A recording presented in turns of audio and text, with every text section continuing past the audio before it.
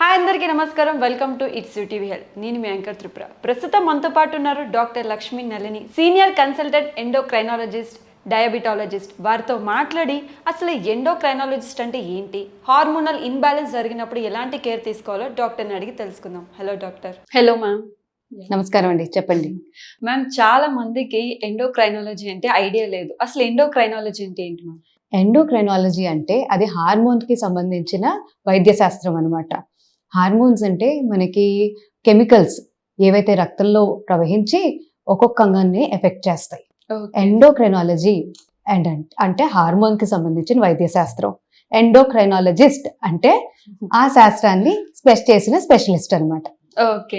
మేము అంటే నార్మల్గా చాలా మంది ఇప్పుడు షుగర్ వచ్చింది అనుకోండి, అంటే చిన్న చిన్న హాస్పిటల్స్ కూడా ఇక్కడ డయాబెటీస్ పేషెంట్కి ట్రీట్ చేస్తాం అది ఇది అని చెప్పేసి అని అంటారు. అక్కడ బట్ ప్రాపర్ డాక్టర్స్ ఉండరు. సో ఒక ఎండోక్రైనాలజీ డాక్టర్ ఎటువంటి ట్రీట్మెంట్స్ అనేది చేస్తారు మ్యామ్? ఎండోక్రైనాలజీ డాక్టర్ అంటే హార్మోన్కి సంబంధించిన ఏ ఇబ్బంది ఉన్నా చూస్తారు. డయాబెటీస్ అన్నారంటే మధుమేహ వ్యాధితో 100 మిలియన్ కన్నా ఎక్కువ మంది మన దేశంలో ఉన్నారు. ఇంత బాధితులు ఉన్నప్పుడు, ఆ ప్రాబ్లం ఎంత ఎక్కువగా ఉన్నప్పుడు దాన్ని ట్రీట్ చేయడానికి కూడా ఎక్కువ మంది డాక్టర్లు కావాలి. ప్రతి ఒక్క మధుమేహ వ్యాధిని ఎండోక్రైనాలజిస్ట్ చూడకపోయినా కంట్రోల్ షుగర్ది అంటే మన గ్లైసిమిక్ కంట్రోల్ అంటాం టెక్నికల్లీ, ఆ గ్లైసిమిక్ కంట్రోల్ లేని వాళ్ళకి ఖచ్చితంగా ఎండోక్రైనాలజిస్ట్ చూడవలసిన అవసరం ఉంటుంది. ఎవరికైతే కాంప్లికేషన్స్ ఉంటాయో, ఈ మధుమేహంలో ఏమవుతుందంటే ఈ షుగర్ శాతం రక్తంలో పెరిగిపోయి ఆ పెరిగిన షుగర్ లెవెల్ వేరు అంగాలకు వెళ్ళి దాన్ని అన్నిటినీ పాడు చేయడం మొదలు పెడుతుంది. కిడ్నీలు, కళ్ళు, హార్ట్ ఇలా అన్నిటి మీద ఇంపాక్ట్ పడుతుంది, నరాల మీద. సో ఈ ఇంపాక్ట్ వల్ల ఆ మనిషికి కాంప్లికేషన్స్ ఆఫ్ డయాబెటీస్ అంటాం, అలాంటివి మొదలవుతాయి. సో ఎవరికైనా కాంప్లికేషన్స్ మొదలయ్యేందుకు చాలా దగ్గరలో ఉన్నట్టుగా అనిపించిన అప్పుడు కంపల్సరీగా ఎండోక్రైనాలజిస్ట్ కన్సల్టేషన్ తీసుకోవటం అవసరం. ఓకే మ్యామ్, ఇప్పుడు మీరు డయాబెటీస్ గురించి చెప్పారు. అంటే డయాబెటీస్లో స్టేజ్ 1, స్టేజ్ 2, అంటే టైప్ 1, టైప్ 2, టైప్ 3, టైప్ 4 అని చెప్పేసి నేను విన్నాను మ్యామ్. అంటే ఏ టైప్లో ఉన్నప్పుడు, ఏ స్టేజ్లో ఉన్నప్పుడు ఇన్సులిన్ తీసుకోవాల్సి వస్తుంది, టాబ్లెట్స్ తీసుకోవాల్సి వస్తుంది, లేదా ఒక పేషెంట్కి డయాబెటీస్ ఉన్నప్పుడు ఏమన్నా మనకి సిమ్టమ్స్ చూపించడం కానీ అలా జరుగుతుందా మ్యామ్? చక్కనైన ప్రశ్న అడిగామమ్మా, కానీ ఇది కూడా అందరూ కూడా పొరబడే విషయమే. డయాబెటీస్ స్టేజుల్లో కాదు, టైప్స్ లో ఉంటుంది. వివిధ రకాలైన ప్రాబ్లమ్స్ వల్ల, లోపల జరిగే ప్రక్రియ వల్ల మనకు వచ్చేది డిఫరెంట్ టైప్స్ ఆఫ్ డయాబెటీస్ అంటాం. టైప్ 1 డయాబెటీస్ అంటే దీనిలో మన ఇమ్యూన్ సిస్టమే మన క్లోమాన్ని అంటే ప్యాంక్రియాస్ ని ఎఫెక్ట్ చేస్తుంది. ఒకేసారిగా చాలా తక్కువ సమయంలో క్లోమంలో బీటా కణాలను ఉంటాయి, ఆ బీటా కణాలన్నిటినీ డిస్ట్రాయ్ చేసేస్తుంది. సో దానివల్ల మనకి బీటా కణాల నుంచి ఉత్పత్తి అయ్యే ఇన్సులిన్ చాలా తక్కువ సమయంలో మొత్తం తగ్గిపోతుంది. సో వీళ్ళల్లో ఇన్సులిన్ లేదు కాబట్టి మనం ఇన్సులిన్ ఇవ్వక తప్పదు. ఇతర ట్రీట్మెంట్లు ఏవి పనిచేయవు, మనకి ఇన్సులిన్ మాత్రమే ఉపయోగించాలి. ఎవరిలో? టైప్ 1 డయాబెటీస్లో. మళ్ళీ మనం కామన్ గా పెద్దవాళ్లలో చూసే డయాబెటీస్ ని టైప్ 2 డయాబెటీస్ అంటాం. టైప్ 2 డయాబెటీస్ అంటే సాధారణంగా ఊబకాయం ఉన్న వాళ్ళకి ఏజ్ పెరుగుతున్న కొద్దీ వచ్చే వాళ్ళల్లో చూస్తామన్నమాట. ఎందుకంటే దీనిలో టిష్యూస్ దగ్గర ఇన్సులిన్ హార్మోన్ పనిచేయకపోవడం వల్ల ఆ ఒత్తిడి క్లోమం మీద పడుతుంది. ఆ క్లోమంలో ఉండే బీటా కణాలు ఎక్కువ పనిచేసి ఇంకా పనిచేయలేక ఇంకా ఆగిపోతాయి. సో దాంతో ఇన్సులిన్ ఉత్పత్తి అనేది 90% వరకు తగ్గిపోతుంది. అది తగ్గిపోగానే మనకి చూసేది టైప్ 2 డయాబెటీస్. ఆ ఇన్సులిన్ పనిచేయటం లేదు, మళ్ళీ దాని ఉత్పత్తి కూడా తగ్గిపోయింది. తదితర డయాబెటీస్లన్నింటినీ డిఫరెంట్ టైప్స్ ఉంటాయి. జెస్టేషనల్ డయాబెటీస్ అంటాం. అంటే ఒక స్త్రీ గర్భంలో దాల్చినప్పుడు, గర్భం వచ్చిన తర్వాత వచ్చే హార్మోన్ చేంజెస్ వల్ల వచ్చే డయాబెటీస్ ని జెస్టేషనల్ డయాబెటీస్ అంటాం. ఇది ఎందుకు ముఖ్యం? ఎందుకంటే ఆ బిడ్డ ఎలా పుడతారు, టైంకి పుడతారా, లేకపోతే అర్లీగా ప్రిమెచ్యూర్ బర్త్ అవుతుందా, లేకపోతే ఎక్కువ బరువా లేకపోతే తక్కువ బరువా, ఇలా అన్నీ కూడా మనకు అవుతాయి. కాబట్టి మనకి జెస్టేషనల్ డయాబెటీస్ అంటే గర్భంలో వచ్చిన డయాబెటీస్ లో కూడా ఇన్సులిన్ వాడతాం. టైప్ 2 డయాబెటీస్ లో మందులు వాడుకోవచ్చు, చాలా సమయం అయిన తర్వాత ఇంకా ఇన్సులిన్ ఉత్పత్తి మొత్తంగా తగ్గుతుంది కాబట్టి ఇన్సులిన్ ఇచ్చుకోవాల్సి వస్తుంది. ఎలా అయితే బాడీలో డెఫిషియన్సీ ఉన్నదే మనం ఎప్పుడు ఇస్తామో, ఇన్సులిన్ డెఫిషియన్సీస్ ఎక్కడైతే ఉందో అక్కడ మనం ఇన్సులిన్ ఇచ్చుకుంటేనే అన్నింటిలోకి బాగా పనిచేస్తుంది. తదితర చిన్న జీన్స్ వల్ల వచ్చే ఇబ్బందులు డయాబెటీస్లు ఉంటాయి, రేర్ గా ఉంటాయి. Maturity onset diabetes of young అంటాం అనమాట. ఇందులో రకరకాల డయాబెటీస్లు ఉన్నాయన్నమాట. ఇవి జీన్స్ వల్ల వచ్చే ఇబ్బందులు. కొన్ని టాబ్లెట్లకు పనిచేస్తాయి, కొన్ని ఇన్సులిన్ కి పనిచేస్తాయి. ఇలా రకరకాల డయాబెటీస్లు ఉన్నాయి. అన్నిటికీ ఇన్సులిన్ అవసరం లేదు, కొన్నిటికి ఖచ్చితంగా అవసరం. టైప్ 1 డయాబెటీస్, జెస్టేషనల్ డయాబెటీస్ లాంటివి. వేరే వాటికి మనకి చాలా మంచి మందులు ఉన్నాయి, వాడుకోవచ్చు. వీటిలన్నిటిలోనూ ముఖ్యమైనది ఏంటంటే జీవన శైలి సరిగ్గా పెట్టుకోవటం. మ్యామ్ చాలా మంది కంటే మిత్ అని చెప్పొచ్చు, లేకపోతే ఇంకో విధంగానే మనం అనుకోవచ్చు. అంటే ఓన్లీ షుగర్ తినడం వల్లనే మనకి డయాబెటీస్ అనేది వస్తుంది, బెల్లం వల్ల రాదు అని చెప్పేసి అని అంటూ ఉంటారు. సో చాలా మంది బెల్లం యాడ్ చేసుకుంటారు టీ ఆర్ కాఫీ, ఎందుకంటే నాకు షుగర్ ఉంది, షుగర్ తీసుకోవద్దు అని చెప్పేసి. సో ఓన్లీ షుగర్ తీసుకుంటేనే, లేదా ఏదో బెల్లం తీసుకున్నా కానీ షుగర్ మనకి పెరిగే ఛాన్సెస్ ఏమి ఉంటుందా మ్యామ్? చక్కగా అడిగావమ్మా. ఇది ఆల్మోస్ట్ ప్రతిరోజు ఓపీలో అందరూ అడిగే క్వశ్చనే. మనకి డయాబెటీస్ అంటే మధుమేహ వ్యాధి. ఇందులో మన తిన్న గ్లూకోజ్, తిన్న ఏ రకమైన కార్బోహైడ్రేట్ అయినా బాడీలోకి వెళ్ళి డైజెస్ట్ అయ్యి గ్లూకోజ్ కింద మారుతుంది. ఆ గ్లూకోజ్ ని ఉపయోగించే మెకానిజం అనేది సరిగా పనిచేయటం లేదు. మనం బెల్లం తిన్నా లోపలికి వెళ్ళి గ్లూకోజ్ కింద మారి అదే మనం రక్తంలోకి వెళ్తుంది. మళ్ళీ మనం తేనె తిన్నా అది బ్లడ్ లోకి వెళ్ళాలంటే గ్లూకోజ్ కింద మారే వెళ్తుంది. ఏది తిన్నా కూడా అది అరిగి, కార్బోహైడ్రేట్ ఏది తిన్నా కూడా అది మారి గ్లూకోజ్ కిందకే వెళ్తుంది. సో ఆ గ్లూకోజ్ ఎక్కువ ఉన్నవి సింపుల్ కార్బోహైడ్రేట్స్ అంటాం, ఆర్ షుగర్స్ అంటాం. అలాంటివి అంటే సింపుల్ గా చెప్పాలంటే తీపి తినకూడదు అంటాం. పంచదార, చక్కెర అనే కాదు, బెల్లము వద్దు, తేనె వద్దు, కొన్ని స్వీట్నర్లు కూడా అంత మంచివి కావు. సో ఇవన్నీ వద్దని చెప్తాం. తీపి వద్దు అనేది bottom line, most important. Okay మేము ఇందాక మీరు షుగర్ గురించి చెప్పేటప్పుడు ఒబేసిటీ గురించి మాట్లాడారు. అసలు ఒబేసిటీ అంటే ఏంటి మ్యామ్? చాలా మంది కొంచెం లావ్ అయితే చాలు, నీకు ఒబేసిటీ ఉంది అందుకే నువ్వు లావ్ అవుతున్నావు అని చెప్పేసి అని అంటుంటారు. యాక్చువల్ ఒబేసిటీ అంటే ఏంటి మ్యామ్? ఒబేసిటీ అంటే స్థూలకాయం అన్నా ఊబకాయం అన్నా అని అంటాము మనం తెలుగులో. ఊబకాయం అంటే మన బాడీలో ఉండవలసినంత కొవ్వు పదార్థం కన్నా ఎక్కువ ఉంటుంది. సో ఆ కొవ్వు శాతాన్ని మనం మెజర్ చేసేందుకు చాలా మనకి క్యాల్కులేషన్స్ ఉంటాయి. సింపుల్ గా హైట్, వెయిట్ చూసుకుంటే మనకి WHO ఏం చెప్తుందంటే, ఆ హైట్ కేజీస్ లో చెక్ చేసి, వెయిట్ కేజీస్ లో చెక్ చేసి, హైట్ ని మీటర్స్ లో చెక్ చేస్తే దాని నుంచి వచ్చేది BMI క్యాల్కులేషన్ చేస్తామన్నమాట. Weight in KGs divided by height in metre square అంటాం టెక్నికల్ గా చెప్పాలంటే. ఈ సింపుల్ క్యాల్కులేషన్ తో మనకి BMI, బాడీ మాస్ ఇండెక్స్ అనే క్యాల్కులేషన్ వస్తుంది. ఈ బాడీ మాస్ ఇండెక్స్ 18 కన్నా తక్కువ ఉంటే చాలా అండర్ వెయిట్ ఉన్నట్టు. 18 నుంచి మనకి 22.9 వరకు 22.9 వరకు నార్మల్ అంటాం. అదే 22.9 తర్వాత అంటే 23 నుంచి 24.9 వరకు మనకి border line over weight obesity అంటాం. అదే 25 తర్వాత నుంచి ఒబేసిటీ అంటాం. ఇది మన ఏషియన్స్ లో, ఇండియన్ ఫినోటైప్ లో చాలా ఎక్కువగా చూస్తాం అన్నమాట. ఎందుకంటే మన ఇండియన్స్ కి అడ్వాంటేజెస్, మనం అందరం కష్టజీవులం, శ్రమజీవులం. మనందరం ఏం చేస్తున్నాం, ఇలా కూర్చుని ఉంటున్నాం. సో ఇలా కూర్చుని ఉంటే ఏమవుతుంది, మన ఎనర్జీ ఎక్కడ ఉపయోగించటం లేదు, అదంతా మారి బాడీలో కొవ్వు పదార్థాల కింద మారుతోంది. ఆ కొవ్వు పదార్థాలు ఎక్కువైపోగానే ఆ కొవ్వు పదార్థాల నుంచి వచ్చే పదార్థాలు వేరేవన్నీ ఏదైతే హార్మోన్స్ ఉంటాయో అవి మన టిష్యూస్ ని ఇన్సులిన్ కి రెసిస్టెంట్ గా చేసేస్తాయి. సో ఇన్సులిన్ ఇంకా పనిచేయటం లేదు. సో క్లోమల్లో ఉండే బీటా కణాలు బాగా ఎక్కువ పనిచేస్తాయి ఫస్ట్. సరే పనిచేయట్లేదు కదా, 5 యూనిట్లు వస్తే పనిచేయట్లేదు కదా, 10 యూనిట్లు తీసుకొస్తా అంటుంది. కొంతకాలం అయిన తర్వాత ఎంత ఎక్కువ పనిచేస్తుంది, బీటా సెల్స్ చేతులు ఎత్తేస్తాయి, బీటా సెల్స్ పనిచేయవు. సో బీటా సెల్స్ పనిచేయకపోయేటప్పటికి మధుమేహ వ్యాధి మొదలవుతుంది. సో ఎక్కడ మొదలైంది మన ప్రయాణం?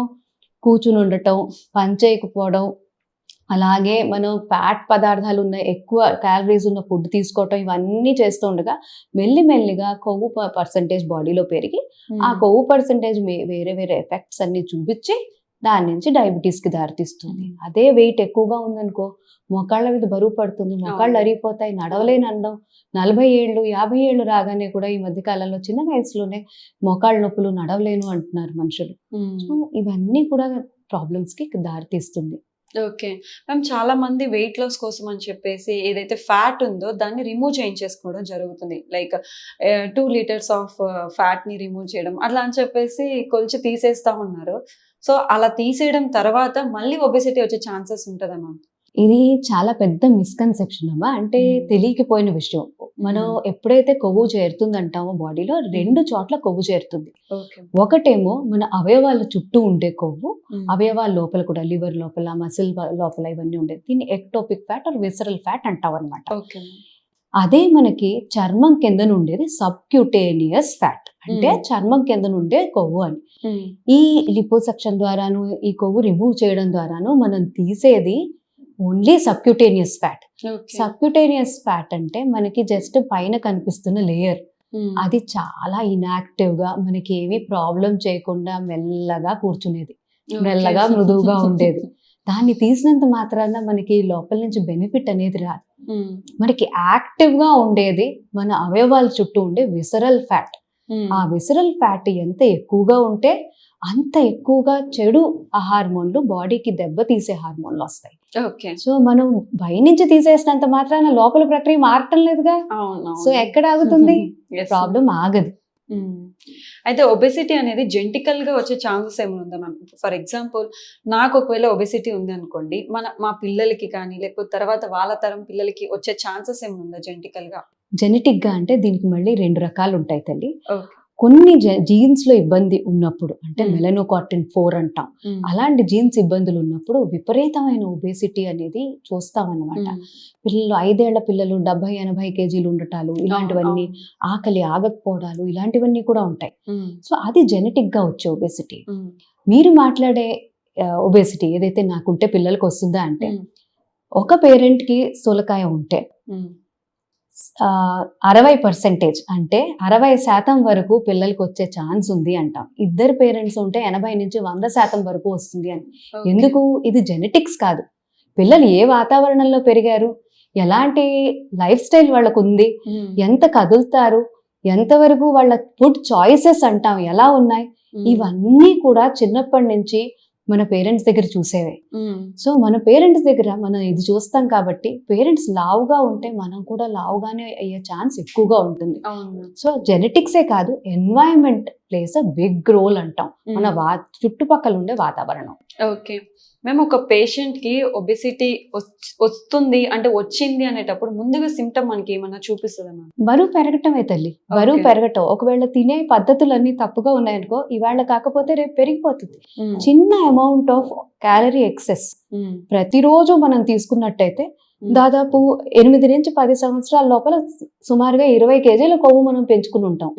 సో అది ఎంత మెల్లిగా వస్తుందంటే దానికి సిమ్టమ్స్ అనేది ఇదేది పెద్ద డ్రామాటిక్ గా కనిపించదు, మెల్లమెల్లగా కొంచెం కొంచెంగా వస్తూ ఉంటుంది. సో ఇది కొంచెం కొంచెంగా వస్తుంది కాబట్టి మన జీవన శైలి ఎలా ఉంది, మనం తినే పద్ధతులు ఎలా ఉన్నాయి, మనం ఎప్పుడు పడుకుంటున్నాం, ఎప్పుడు లేస్తున్నాం, ఎలా తింటున్నాం, ఎప్పుడు తింటున్నాం, ఏం తింటున్నాం, ఎంతవరకు మనం వ్యాయామం చేస్తున్నాం, ఇవన్నీ ముఖ్యమైనవే. మన జీవన శైలి సరిగా లేకపోతే సన్నగా కనిపించినా అవయవాల చుట్టూ ఉండే కొవ్వు ఎక్కువగానే ఉంటుంది, దాని ప్రాబ్లం అది చేస్తూనే ఉంటుంది. అంటే వన్స్ ఒకవేళ ఒబెసిటీ వచ్చింది అనుకోండి, దాన్ని మనం క్యూర్ చేసుకోవచ్చా ma'am? By medication or else by food control, ఎలా అయినా సరే? First and most important thing మన లైఫ్ స్టైల్ అమ్మా. ఇందాక నుంచి నేను అదే చెప్తాను, ఇప్పుడు కూడా అదే చెప్తాను. జీవన శైలి, ఏం తింటున్నావు, ఎంత తింటున్నావు, ఎప్పుడు తింటున్నావు అనేది చాలా ముఖ్యమైన విషయం. మన ఆహారం ఏదైతే లోపలికి వెళ్తుందో అదే మన క్యాలరీస్ కింద మారుతుంది, ఆ క్యాలరీసే మనకి వెళ్ళి స్టోరేజ్ కింద, ఫ్యాట్ కింద మారుతాయి. సో మన ఆహారం తీసుకోవడంలో జాగ్రత్త వహించాలి, మళ్ళా వ్యాయామం చేసుకోవాలి, ఇవన్నీ కూడా మన లైఫ్ స్టైల్ కిందకి వస్తాయి అన్నమాట. అది కాకుండా చాలా ఏళ్ల తర్వాత మనకి ఇప్పుడు మంచి ఒబేసిటీ కోసం మందులు వచ్చాయి.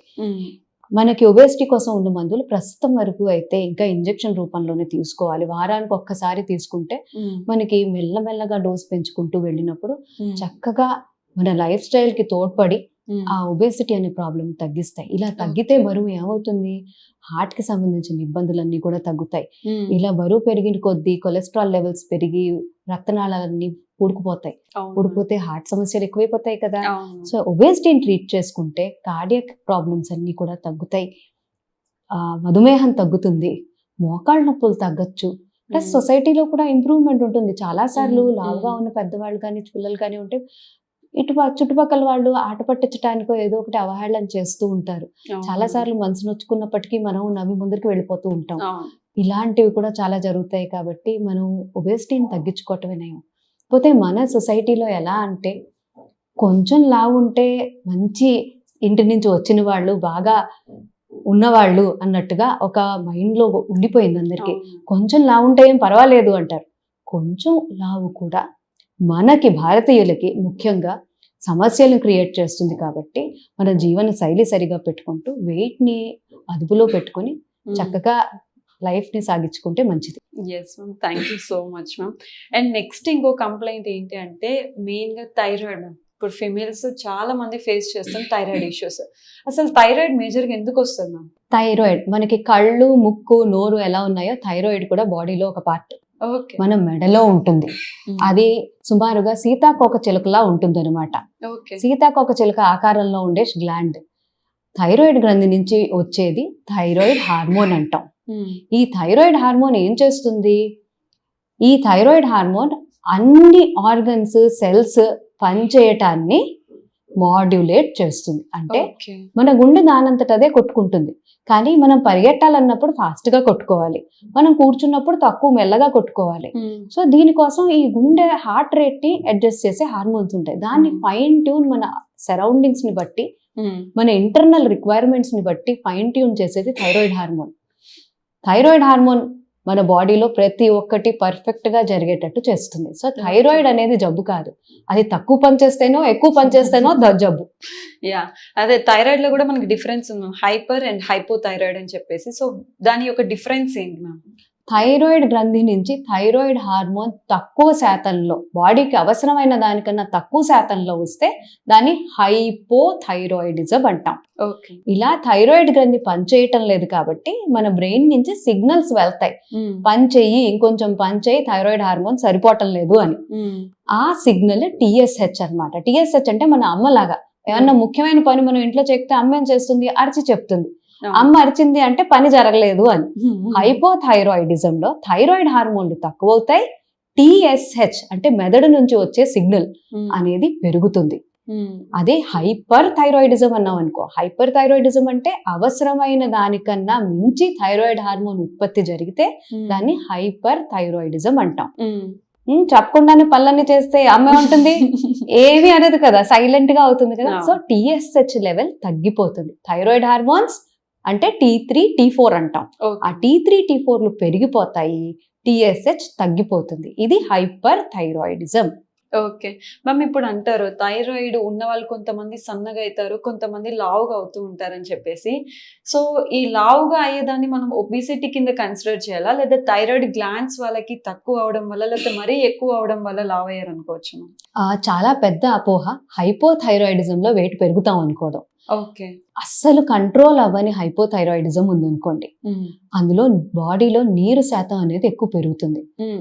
అస్సలు కంట్రోల్ అవ్వని వాళ్ళల్లో కూడా 5% మాత్రమే వెయిట్ పెరుగుతుంది. అంటే 100 కేజీలు ఉన్న వాళ్ళకి 105 అవుతారు అంతే. అది నీరు వల్ల. అది మనం హార్మోన్ ని సరి చేసుకోగానే 5 కిలోలు వెళ్ళిపోతుంది. మరి మిగతా 100 కేజీలు ముందర నుంచి ఉన్న స్థూలకాయమే కదా. సో హైపోథైరాయిడిజం వల్ల వచ్చే కొంచెం వెయిట్ కూడా బాడీలో నీరు చేరినందువల్ల అవుతుంది. సో మనం దాన్ని ట్రీట్ చేసుకుంటే తగ్గిపోతుంది. అది ట్రీట్ చేసిన తర్వాత కూడా మనకి BMI క్యాల్కులేట్ చేస్తే అబ్నార్మల్ లెవెల్లో ఉంటే వాళ్ళకి స్థూలకాయం ఉంది. వాళ్ళ ఆహార పదార్థాలు ఎలా ఉన్నాయి, ఎలా తింటున్నారు, జీవనశైలి ఎలా ఉంది, ఇవన్నీ చూసుకోవాలి కదా. అవునా? సన్నగా అయ్యే థైరాయిడ్ ఇబ్బంది అన్నారు, అది కరెక్ట్. మనకి హైపర్ థైరాయిడిజం మనుషుల్ని చాలా సన్నగా చేస్తుంది. ఎందుకంటే అవసరమైన దానికన్నా ఎక్కువ బాడీలో ఉన్నవన్నీ వాడేసుకుంటోంది బాడీ. అవసరమైన దానికన్నా ఎక్కువ వాడేస్తున్నప్పుడు మన బాడీలో హీట్ శాతం కూడా ఎక్కువ పెరిగిపోతుంది. So energy is lost as heat, energy is wasted, and మన సెల్స్, మజిల్స్ ఇవన్నీ కూడా డిఫరెంట్ గా మెటబలైజ్ అవుతాయి. సో ప్రతి ఒక్క ప్రక్రియ చాలా ఫాస్ట్ గా వెళ్ళడం వల్ల మన బాడీ పార్ట్స్ కూడా చాలా ఎక్కువ ఎనర్జీ యూజ్ చేసేసుకుంటాయి. దాంతో హైపర్ థైరాయిడిజం లో బరువు ఎంత తిన్నా కూడా బరువు అనేది తగ్గిపోతూ ఉంటారు. కానీ హైపోథైరాయిడిజం లో బరువు పెరగము. ఓకే. మేము చాలా మంది ప్రెగ్నెంట్ ఉమెన్స్ కి ఆ ప్రెగ్నెన్సీ జర్నీలో కూడా థైరాయిడ్ వస్తుంది మ్యామ్. ఆఫ్టర్ డెలివరీ కొంతమందికి థైరాయిడ్ కంప్లీట్ గా పోతుంది, బట్ కొంతమందికి కంటిన్యూ అవుతుంటది. అదే ప్రెగ్నెన్సీ జర్నీలో చాలా మంది లావ్ అయిపోతూ ఉంటారు. సో ప్రెగ్నెన్సీలో వచ్చిన థైరాయిడ్ కంటిన్యూగా ఉంది అని అంటే దాని అర్థం ఏంటి మ్యామ్? ప్రెగ్నెన్సీలో మనకి థైరాయిడ్ ఇబ్బందులు ఎక్కువగా కనిపించడం అనేది కరెక్ట్. ఎందుకంటే ప్రెగ్నెన్సీలో బాడీ టిష్యూస్ కి ఎక్కువ కంట్రోల్ అనేది అవసరం, ఎక్కువ Okay. మాడ్యులేటర్ థైరాయిడ్ హార్మోన్ అవసరమే బాడీలో ఎక్కువగా ఉంటుంది. Yes, ma'am. చిన్నగా ఏదన్నా ఇబ్బంది థైరాయిడ్ గ్రంథిలో ఉంటే ఆ చిన్న ఇబ్బంది కూడా ప్రెగ్నెన్సీలో అవసరం ఎక్కువ ఉంది కాబట్టి ఆ ప్రాబ్లం అనేది ఎక్కువగా కనిపిస్తుంది. Okay. దాంతో ముందర మనకేమీ లేకపోయినా గర్భం దాల్చిన తర్వాత ఆ స్త్రీలో థైరాయిడ్ ఇబ్బందులు కనిపిస్తాయి. దాన్ని ట్రీట్ చేసుకోవడం కూడా చాలా అవసరం. Yes. దాన్ని ట్రీట్ చేసిన తర్వాత ఒకవేళ లోపల ఉన్న థైరాయిడ్ ఇబ్బంది గర్భంతో పాటు కలిసి ఈ ప్రాబ్లం కూడా మొదలైంది అనుకోండి, ప్రెగ్నెన్సీ అయిన తర్వాత ఆ ప్రాబ్లం ఎలా పోతుంది? Yes. పోదు కదా. అదే చిన్న ఇబ్బంది గర్భం వల్ల ఎక్కువైంది, మళ్ళీ ఆ మరీ ఎక్కువ పెరగకుండా ఉంది అంటే డెలివరీ అయిన తర్వాత సరైపోతుంది. కానీ 9 నెలలు ఒక స్త్రీ బాడీ మొత్తం చాలా రకరకాలైన చేంజెస్ అవుతుంది. అవును. కంప్లీట్ గా డిఫరెంట్ గా ఉన్న బేబీ లోపలిని దాల్చుకుని 9 నెలలు గ్రో అవనిచ్చి చక్కగా ఒక బేబీ ముందరకు వస్తుంది. ఇన్ని చేంజెస్ అవుతున్నప్పుడు ఆ స్త్రీలో ఇమ్యూన్ సిస్టమ్ కూడా చాలా మారిపోతుంది. Yes. సో డెలివరీ అయిన తర్వాత ఆ ఇమ్యూన్ సిస్టమ్ మళ్ళీ ముందర స్టేట్కి వచ్చేటప్పుడు ఆ ఇమ్యూన్ సిస్టమ్ ఉన్న థైరాయిడ్ని అప్పుడప్పుడు దెబ్బతీయచ్చు. దీన్ని పోస్ట్ పార్టమ్ థైరాయిడైటిస్ అంటాం. అంటే డెలివరీ తర్వాత వచ్చే థైరాయిడ్ ఇబ్బంది. కొన్నిసార్లు ఇది టెంపరీగానే ఉండి తగ్గిపోతుంది. కానీ చాలా మటుకు థైరాయిడ్ ఇబ్బందులు డెలివరీ అయిన ఫస్ట్ 1 yearలో అంటే మొదటి సంవత్సరంలో చాలా మటుకు థైరాయిడ్ ఇబ్బందులు మొట్టమొదటిసారి కూడా చూస్తూ ఉంటాం. Yes ma'am. మీరు అన్నారు కదా డెలివరీ తర్వాత అనేది చాలా మందికి ఇమ్యూనిటీ సిస్టమ్ తగ్గిపోతుందని. అంతేకాకుండా హార్మోన్స్ ఫ్లక్చువేషన్ కూడా చాలా ఎక్కువ ఉంటుంది మ్యామ్ ఆ టైంలో. అంటే డెలివరీ తర్వాత ఒక 3 months పోస్ట్ మార్టం పీరియడ్ అని చెప్పేసి చెప్తూ ఉంటారు. సో ఆ టైంలో హార్మోన్స్ అనేది చాలా తగ్గిపోతాయి. అంటే డెలివరీలో హార్మోన్స్ ఒకలాగా పనిచేస్తాయి, దాని తర్వాత అమాంతం తగ్గిపోవడం జరుగుద్ది. సో అలాంటప్పుడు పేషెంట్ ఆ హార్మోనల్ బ్యాలెన్స్ చేసుకోవడానికి ఎటువంటి కేర్ తీసుకోవాల్సి వస్తుంది? మనకి హార్మోన్లు తగ్గిపోవడం అంటూ ఉండదమ్మా. ప్రెగ్నెన్సీ టైంలో మనకి చాలా మటుకు హార్మోన్కి ఎండోక్రైన్ గ్లాండ్స్ అన్ని చాలా ఎక్కువగా పనిచేస్తాయి. మనం హెడ్ నుంచి చూసుకుంటే పిట్యూటరీ గ్రంథి చాలా మటుకు సైజ్ పెరుగుతుంది. థైరాయిడ్ గ్రంథి సుమారుగా 18 నుంచి 25% వరకు దాని సైజ్ పెరుగుతుంది. ప్రతి ఒక్క ఎండోక్రైన్ ఆర్గన్ ఎక్స్ట్రా పనిచేస్తుంది. డెలివరీ అయిన వెంటనే బాడీకి అంత ఎక్కువ సపోర్ట్ అవసరం ఉండదు. అన్ని విషయాల్లోనూ ఇచ్చిన ఎక్స్ట్రా సపోర్ట్ ఇంకా అవసరం లేదు కాబట్టి అవన్నీ ముందరి స్టేట్ కి వెళ్ళడం మొదలవుతాయి. ఓకే. సో అన్ని ముందరి స్టేట్ కి వెళ్ళడం మొదలైనప్పుడు మనకి చిన్న చిన్న తేడాలు అనేవి వస్తాయి. చాలా విషయాల్లో ఇంప్రూవ్మెంట్ కూడా చూస్తాం. ఎందుకంటే మనకి ఇప్పుడు ఇదివరకు మళ్ళీ అవసరం లేదు మనకి అంత ఎక్కువ పనిచేయటం. సో ఇలా జరిగేటప్పుడు మన బాడీ, మనం కళ్ళు, ముక్కు, నోరు, లివర్, స్ప్లీన్ అని చూస్తున్నాం కానీ అవన్నీ ఒకదాంతో ఒకటి పర్ఫెక్ట్ గా పనిచేస్తున్నాయి కదా, ఒకదాంతో ఒకటి కమ్యూనికేట్ చేస్తున్నాయి కదా. అలాగే ప్రతి ఒక్క అవయవం ఒకదాంతో ఒకటి కమ్యూనికేట్ చేస్తుంది. సో ఆ కమ్యూనికేషన్స్ మధ్యలో మనకి ఇమ్యూన్ సిస్టమ్ ఏదైతే బాగా సప్రెస్ అయ్యి ప్రెగ్నెన్సీలో ఉంటుందో అది నార్మల్సీకి వస్తూ ఉంటుంది. అది తగ్గిపోదు డెలివరీ తర్వాత, అది నార్మల్సీకి వస్తూ ఉంటుంది. అలా నార్మల్సీకి వచ్చే ప్రక్రియలో సడన్ గా థైరాయిడ్ గ్రంథిని గుర్తుపట్టడం ఆపేయచ్చు. సో గుర్తుపట్టడం ఆపేస్తే సడన్ గా ఏ బ్యాక్టీరియా వచ్చిందని ఎలా అయితే వెళ్ళి పోట్లాడుతుందో అలా మన థైరాయిడ్ గ్రంథితో పోట్లాడచ్చు. అలా వచ్చే థైరాయిడ్ ఇబ్బందులు తర్వాత చూస్తాం అనమాట. షుగర్ సమస్యలు చూస్తే ప్రెగ్నెన్సీ హార్మోన్స్ వల్ల విపరీతంగా షుగర్స్ పెరిగే అవకాశం ఉంటుంది. తల్లి తిన్నా తినకపోయినా బిడ్డకి ఆహారం చేరాలి కాబట్టి ఇది మనకి ఎవల్యూషన్ లో వచ్చిన ప్రొటెక్టివ్ ఫినామినన్. సో ఈ ప్రొటెక్టివ్ ఫినామినన్ మనకి డెలివరీ అయిన తర్వాత అంత ఎక్కువ అవసరం లేదు. సో అందుకని షుగర్ ఏదైతే మన ప్రెగ్నెన్సీలో కనిపిస్తుందో, జెస్టేషనల్ డయాబెటీస్ ఉంటుందో సాధారణంగా డెలివరీ అయిన తర్వాత తగ్గిపోతుంది. ఆ బిడ్డ బయటికి వచ్చిన తర్వాత, ప్లాసెంటా బయటకు వచ్చేసిన తర్వాత నెక్స్ట్ సెకండ్ నుంచి చాలా మటుకు షుగర్స్ నార్మలైజ్ అయిపోతాయి. 24 గంటల లోపల జెస్టేషనల్ డయాబెటీస్ అనేది నార్మల్ చూస్తాం. సో బాడీ అనేది చాలా చేంజెస్ త్రూ వెళ్తుంది. కొన్నిసార్లు కొన్ని మంచి జరుగుతాయి, కొన్నిసార్లు మనం అనుకోకుండా అంత మంచి జరగకపోవచ్చు. సో అందుకని చెప్పి మనం బాడీ గోస్ త్రూ చేంజెస్, మనం ఏం చేయగలం అనేది దాని మీద ధ్యాస పెట్టాలి. మనం సరిగ్గా తినాలి, టైంకి ఎంతవరకు కుదిరితే అంత తినాలి, ఎంతవరకు కుదిరితే అంత టైంకి పడుకోవాలి. తర్వాత కష్టమైనా సరే అన్నీ మనం చేయగలిగేది ఆ చిన్నపాటి వ్యాయామం, సరిగ్గా తినటం, మన చేతుల్లో మన జీవన శైలి ఉంది. మన చేతుల్లో ఉన్నది అది చాలా పవర్ఫుల్ టూల్, ఒక బ్రహ్మాస్త్రం లాంటిది. దాన్ని మనం ఎవరం వాడటం లేదు, వాడుకోవడం చాలా అవసరం. థైరాయిడ్ ప్రాబ్లం వచ్చిన వాళ్ళు మరీ సివియర్ గా ఉంటే ఇక్కడ గ్లాండ్ అనేది రిమూవ్ చేసే సిచ్యువేషన్స్ కూడా ఉంటాయి కదా మ్యామ్. చాలా సిచ్యువేషన్స్ లో కూడా గ్లాండ్ ని రిమూవ్ చేస్తారు మరి హెవీగా ఉంటే. సో గ్లాండ్ ని అంటే నా డౌట్ ఏంటంటే మీరు అన్నారు ఇక్కడ బటర్ఫ్లై షేప్ లో ఉంటది అని చెప్పేసి, ఇంక్లూడ్ ఆ గ్లాండ్ తోనా లేకపోతే ఓన్లీ థైరాయిడ్ అనేది సపరేట్? థైరాయిడ్ గ్రంథి అనేది బటర్ఫ్లై ఆకారంలో ఉంటుంది. ఓకే. సో బటర్ఫ్లై షేప్ లో ఉండే ఆ గ్లాండ్ సైజు పెరిగినప్పుడు అది దాన్ని గాయిటర్ అంటాం. ఓకే. ఈ గాయిటర్ అనేది అన్నిట్లోనూ రిమూవ్ చేయక్కర్లేదు. మెత్తగా ఉండే గాయిటర్ ఎగ్జామినేషన్ చేసి చూసినప్పుడు మెత్తగా ఉందనుకోండి, మనం ఆ హైపోథైరాయిడిజం వల్ల వచ్చింది అంటే థైరాయిడ్ సరి చేసుకోగానే అది వెనక్కి వెళ్ళిపోతుంది, దాన్ని రిమూవ్ చేయవలసిన అవసరం లేదు. కొంతమందిలో ఏంటంటే వాళ్ళు రాళ్ళు ఉప్పు, ఉప్పు రాయో, ఐడిన్ లేని ఉప్పులో తింటూ ఉంటారు. అలాంటివి తిన్నప్పుడు చిన్న చిన్న ఉండలు కట్టేస్తుంది థైరాయిడ్ గ్లాండ్. ఆ ఉండలు కట్టేస్తే అది గట్టిగా అయిపోతుంది. గట్టిగా అయిపోతే వెనక్కి వెళ్ళదు. బికాస్ గట్టిగా అయిన తర్వాత వెనక్కి వెళ్ళదు కాబట్టి మనకి థైరాయిడ్ కి అప్పుడు ప్రాబ్లమ్స్ అనేవి ఎలా వస్తాయి? థైరాయిడ్ గ్రంథి చుట్టూ మనకి ట్రెకియా ఉంటుంది, ఈసోఫేగస్ అంటే ఫుడ్ పైప్ ఉంటుంది, పెద్దగా అయ్యి గ్రంథి అందులో దాని నిండా అన్ని ఉండలు కట్టేసి ఉంటే వీటిని నొక్కటం మొదలు పెడుతుంది. అలా అయితే గనక మనం రిమూవ్ చేయడానికి ప్రయత్నిస్తాం.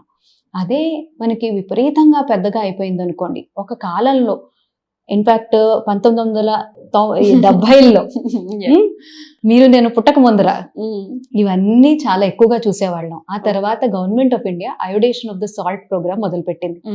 ఈ అయోడైజేషన్ ఆఫ్ ద సాల్ట్ అంటే మనకి అయోడిన్ అనేది మన థైరాయిడ్ హార్మోన్ లో ఒక పార్ట్. అది తీసుకోకపోవడం వల్ల మనకి థైరాయిడ్ హార్మోన్ ఉత్పత్తి ఉండదు, ఆ గ్లాండ్ సైజ్ పెరిగి గాయిటర్ లా తయారవుతుంది. అయోడేషన్ ఆఫ్ ద సాల్ట్ ప్రోగ్రామ్ వల్ల చాలా ఎక్కువగా ఉండే అయోడిన్ డెఫిషియన్సీ గాయిటర్స్ అన్నీ క్యూర్ అయ్యాయి. ఇప్పుడు చాలా అరుదుగా చూస్తున్నాం అంత పెద్ద గాయిటర్లు. లేకపోతే 20 సంవత్సరాల క్రితం మేము చదివినప్పుడు అప్పుడు కూడా ఇంకా పెద్ద పెద్ద గాయిటర్లు చూసేవాళ్ళం. ఈ మధ్య కాలంలో అలాంటివి చూడటం లేదు. మనుషుల అవగాహన పెరిగింది. గవర్నమెంట్ చేసిన అయోడేషన్ ఆఫ్ ద సాల్ట్ వల్ల మనకి ఈ మంచి బెనిఫిట్ కూడా చూస్తున్నాం. సో అందరికీ చెప్పేది ఏమిటంటే అయోడైజ్డ్ సాల్ట్ మాత్రమే తీసుకోవాలి, మెత్తటి ఉప్పు అయోడైజ్డ్ సాల్ట్ మాత్రమే తీసుకోవాలి. స్పెసిఫిక్ గా అయోడిన్ లేని సాల్ట్ తీసుకోవాలంటే ఎండోక్రినాలజిస్ట్ ని సంప్రదించి ఈ పరిస్థితిలో తీసుకోవచ్చా లేదా అని అడిగే తీసుకోవాలి. యా మ్యామ్, నెక్స్ట్ వచ్చే కంప్లైంట్ ఫిమేల్స్ ఎక్కువ PCOS. అంతకుముందు ఎక్కువ PCOD అని వినేవాళ్ళం, ఇప్పుడు PCOS గా ఎక్కువ వింటూ ఉన్నాం. PCODకి PCOSకి ఏమైనా డిఫరెన్స్ ఉందా మ్యామ్? చాలా తేడా ఉందమ్మా. PCOD అనేది యాక్చువల్లీ కరెక్ట్ నేమ్ కాదు. PCOD అంటే పాలీసిస్టిక్ ఓవరీ డిజీజ్. అంటే దీని నేమ్ ప్రకారంగా ఓవరీకి ఏదో జబ్బు ఉంది అంటున్నాం, కానీ PCOS అంటే పాలీసిస్టిక్ ఓవరీ సిండ్రోమ్. అంటే మన బాడీలో మెటబాలిజం మారి ఆ మెటబాలిజం మార్పు అన్ని చాలా అవయవాల మీద పడింది. అందులో ఒక అవయవం ఓవరీ. అంటే మనకి చాలా టిష్యూస్ లో ఏమొస్తుంది, మన క్లామో బీటా సెల్స్ మీద ఒత్తిడి పడుతుంది, క్రమేణా డయాబెటీస్ వచ్చే ఛాన్స్ ఉంటుంది. అదే మన స్కిన్ చూసుకుంటే చాలా మందికి PCOS ఉన్న వాళ్ళకి చాలా మటుకు నెక్ దగ్గర అక్కడ నల్ల రంగులో టిష్యూ మారుతుంది, స్కిన్ అంతా మారుతుంది, అని ఎకాంతోసిస్ నైగ్రికాన్స్ అంటాం. సో ఇది కూడా మనకి PCOS లో చూస్తాం. చాలా సార్లు మేల్ ప్యాటర్న్ హెయిర్ గ్రోత్ అంటాం, అంటే గడ్డాలు మీసాలుగా దగ్గర జుట్టు రావడం ఆడవాళ్ళకి గమనిస్తాం. సో ఇవన్నీ కూడా మనకి PCOS లో జరుగుతాయి. PCOS లో ఓవరీ కూడా ఒక బాధిత ఆర్గన్. సో PCOD అంటే మనం ఓవరీనే నిందిస్తున్నాం, అది ఓవరీ వల్ల వచ్చిన ఇబ్బంది కాదు. ఓవరీ కూడా ఒక ఎఫెక్టెడ్ ఆర్గన్ అన్నమాట. ఇది డిఫరెంట్ అవయవాల్లో మనం చూసిన group of symptoms and science కాబట్టి దీన్ని సిండ్రోమ్ అంటాం. ఆ సిండ్రోమ్ లో మనం మాక్సిమం లేడీస్ వచ్చేది దేనికి, నెలసరి సరిగా రావట్లేదని, లేకపోతే ప్రెగ్నెన్సీ ప్లాన్ చేసుకుంటున్నాం రావటం లేదు అని వస్తారు. సో ఎందుకు, ఎగ్ రిలీజ్ అయితే మనకి ఆ గర్భం దాల్చే అవకాశం ఉంటుంది. ఆవిడ ఎగ్ రిలీజ్ అయితేనే సైకిల్ రెగ్యులర్ గా ఉంటుంది. ఆ ఎగ్ రిలీజ్ అవ్వకుండా హార్మోన్ ఇబ్బందుల వల్ల అక్కడే చిన్న బుడగలా మారిపోతుంది. ఆ బుడగలన్నీ అలా ఫామ్ అయినందువల్ల ఓవరీలో అన్ని సిస్ట్స్ అంటాం అనమాట, బుడగలు. సో అవి ఎక్కువగా ఉన్నాయి కాబట్టి పాలీసిస్టిక్ ఓవరీ సిండ్రోమ్ అంటాం. సో PCOS అనేది కరెక్ట్ నేమ్. ఓవరీని బ్లేమ్ చేయవసరం లేదు. లోపల ఉన్న మెటబాలిక్ ప్రాబ్లమ్ని ట్రీట్ చేసుకుంటే అన్నీ సెట్ అవుతాయి. మ్యామ్ చాలా మంది ఫిమేల్స్ చెప్తూ ఉంటారు, సో మేము పీసీఓఎస్తో ప్రాబ్లం ఫేస్ చేస్తున్నాం, అన్ని ట్రీట్మెంట్స్ ప్రాపర్గా తీసుకున్నాం, బట్ స్టిల్ అది క్యూర్ అవ్వట్లేదు అని చెప్పేసి చాలా మంది చెప్తున్నారు. అండ్ చాలా మంది ఆయుర్వేదిక్ డాక్టర్స్ వచ్చేసి ఈ పౌడర్ రోజు వాటర్లో మిక్స్ చేసి తాగండి, పీసీఓఎస్ క్లియర్ అయిపోతుంది అని చెప్పేసి చెప్తూ ఉంటారు. సో ఎందుకు మ్యామ్ పీసీఓఎస్ వస్తే ఎందుకు కంట్రోల్ కాకుండా ఉంటుంది అది? ఎందుకంటే అమ్మా ఫస్ట్ అయితే ఆయుర్వేదం అనేది చాలా గొప్ప సైన్స్. కానీ నేను ఆయుర్వేదం చదవలేదు కాబట్టి దాని గురించి ఏమి చెప్పలేను. కానీ పీసీఓఎస్ అనేది బయట నుంచి ట్రీట్మెంట్ ఒకటే తీసుకుంటే సరిపోదు. పీసీఓఎస్ అనేది మన మెటబాలిజంలో ఇబ్బంది. మన మెటబాలిజంలో ఇబ్బంది అంటే మనం ఫస్ట్ ఒబేసిటీ, స్థూలకాయం గురించి, మధుమేహం గురించి మాట్లాడుకున్నాం కదా, అదే ఇబ్బంది పీసీఓఎస్ లో కూడా. ఆ ఇబ్బంది మనకి వచ్చినప్పుడు, ఇన్సులిన్ రెసిస్టెన్స్ అనేది టిష్యూస్ దగ్గర వచ్చినప్పుడు, అది లివర్ లో ఉన్నప్పుడు, లివర్ లో కొవ్వు చేరిపోవడం, ఫ్యాటీ లివర్ లాంటివి చూస్తాం. అదే మనకి ఇబ్బందులు మనకి స్కిన్ మీద పడినప్పుడు గడ్డాల మీసాలలాగా ఎక్కువగా హెయిర్, అన్వాంటెడ్ హెయిర్ రావటం, మళ్ళాను మనకి చూసుకుంటే నీటి బుడగల్లా తయారవుతున్నాయి ఓవరీలో కాబట్టి ఎగ్ రిలీజ్ అవ్వకపోవడం, ఇన్ఫర్టిలిటీ రావడం. ట్రీట్మెంట్ బయట నుంచి తీసుకున్నంతసేపు మనం ఏదో మేకప్ వేసినట్టే. మనం లోపల నుంచి సరవ్వాలి అంటే సరైన ఆహారం, వ్యాయామం, సరిపోయినంత టైము, స్థూలకాయం ఉంటే దాన్ని ట్రీట్ చేసుకోవడం, ఇది చేస్తే ఖచ్చితంగా మనకి ట్రీట్మెంట్కి రిజల్ట్స్ కనిపిస్తాయి. Thank you so much ma'am. అంటే చాలా మందికి అవగాహన లేదు, ఎండోక్రైనాలజీ అంటే చాలా మందికి అవగాహన లేదు. అండ్ హార్మోన్స్ కూడా అంటే ఒకదానికి లింక్ చేసుకోరు, దీనివల్లనే నాకు హార్మోన్స్ అని చెప్పేసి చాలా మంది అపోహలో బతుకుతూ ఉన్నారు. సో ఇంటర్వ్యూ వల్ల వాళ్ళకి ఒక అవగాహన వచ్చి ఉంటుందని నేను అనుకుంటున్నాను ma'am. Thank you so much ma'am. Yeah.